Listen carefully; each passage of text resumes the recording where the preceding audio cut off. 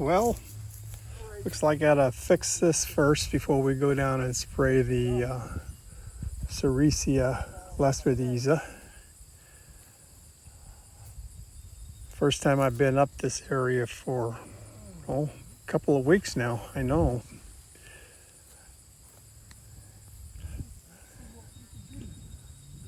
Let me see if I can get this thing cut without it falling down on the fence and knocking them top wires loose. Now I got this Milwaukee cordless chainsaw. I bought this about a year ago. I had or I still do have the hatchet model, which is the smaller version, runs on a 12 volt battery. This one here is an 18 volt. And it's a pretty good little saw.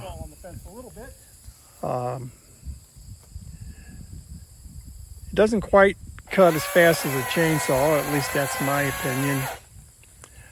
And it does bind up a little more than a gas-driven chainsaw. But overall, it's very convenient to be able to pull it out of the cart, make sure it's got oil in it and a charged battery, and go to work. And to be honest with you, I'm very pleased with it. Wish I would have had it a long time ago. I used to have a cordless reciprocating saw with a wood blade on it, pruning blade that I would haul around with me. But the pruning blade is not quite as fast as a chainsaw. That little hatchet, which has got a 6-inch blade, it does, I'm amazed at how much it will work. I've cut through 4 or 5-inch trees with it and had no trouble getting through those trees. So the Milwaukee line of tools is pretty good for me. I can do a pretty good job around the farm with them. Here I'm cutting all the limbs off of this bigger limb and getting it ready to cut up. I'll cut it up and then stack it alongside that fence. Come back later on when I got something that doesn't have so much stuff in the back of it. I got the Rhino with me, and of course it's full. Between the spray tank and 2 other smaller spray tanks and some tools and the mower and the fence posts and everything else that I haul in it, you're not putting any wood on it any place. So I'll get all these little smaller limbs trimmed up, and then you see I'm stacking them on the other side of this fence line. That area that I'm stacking it on is actually right at our property line. We put this fence in 3 years ago, I think it was.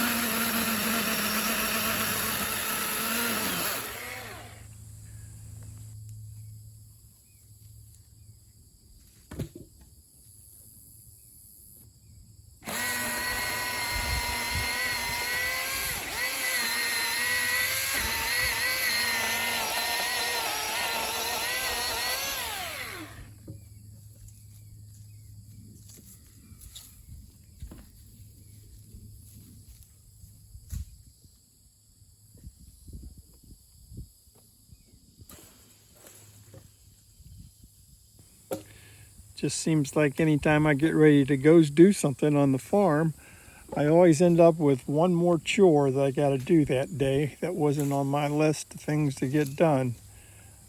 Fortunately, this really doesn't take me that long to get it taken care of, get it cut up, get it cleaned up.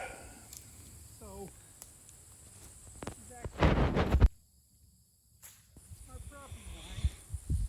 and as I said, that fence here, it's about 2.5 feet off of our property line. And I'll show you here in a few minutes. Our neighbor back 10 years ago, maybe 12 years ago, put in a new fence along his property line, and we told him we'd go in halves because the fence that was there was actually just completely wore out. But he decided to go his own, and I'll go over there and kind of give you an idea of what it looks like here in just a second after I get this mess picked up. It'd be a good place for some wildlife to huddle up and get away from prey. Like I said, just another thing, small thing, but it's just another thing that needed to get done. Can't leave the limb in a position where it can fall and do more damage to the fence.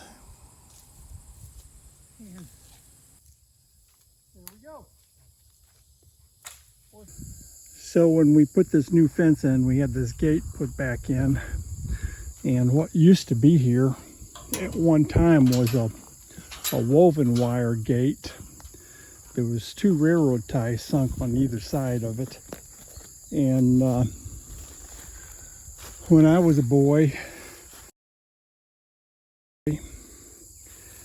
this gate allowed foot traffic and other types of traffic to go from an area back over in here where the barn and house was, or is, I should say, down a lane. And pretty much what you see here, there's a fence that goes down alongside of here, and then there's a cross fence.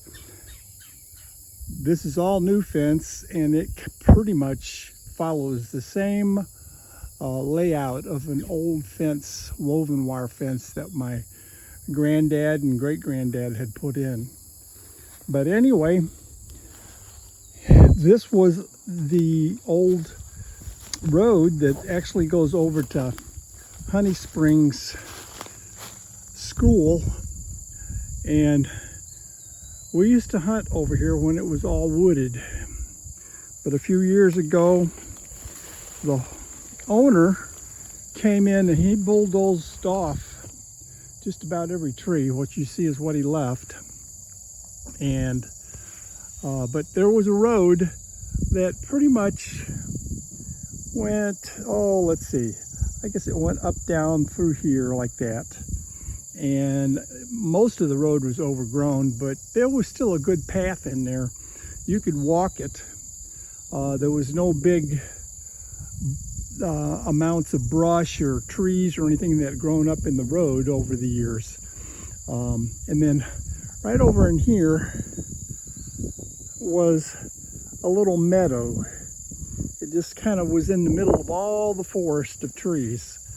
And I always thought it was kind of unique. There was a log cabin in here at one time, just over this hillside right here.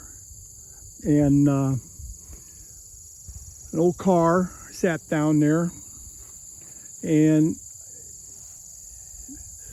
the Luttrell's family lived in there, from what I understand. And anyway, I just wanted to kind of insert this little bit of history. And as you can see, the owner, when he put up this new fence, he stayed a good 30 feet, I would say, maybe 40 feet off of the property line, which gives him good access for a road. But they don't really travel it too much, but occasionally you'll see somebody come up and down it on a four-wheeler. Wasn't expecting that, but we got it done.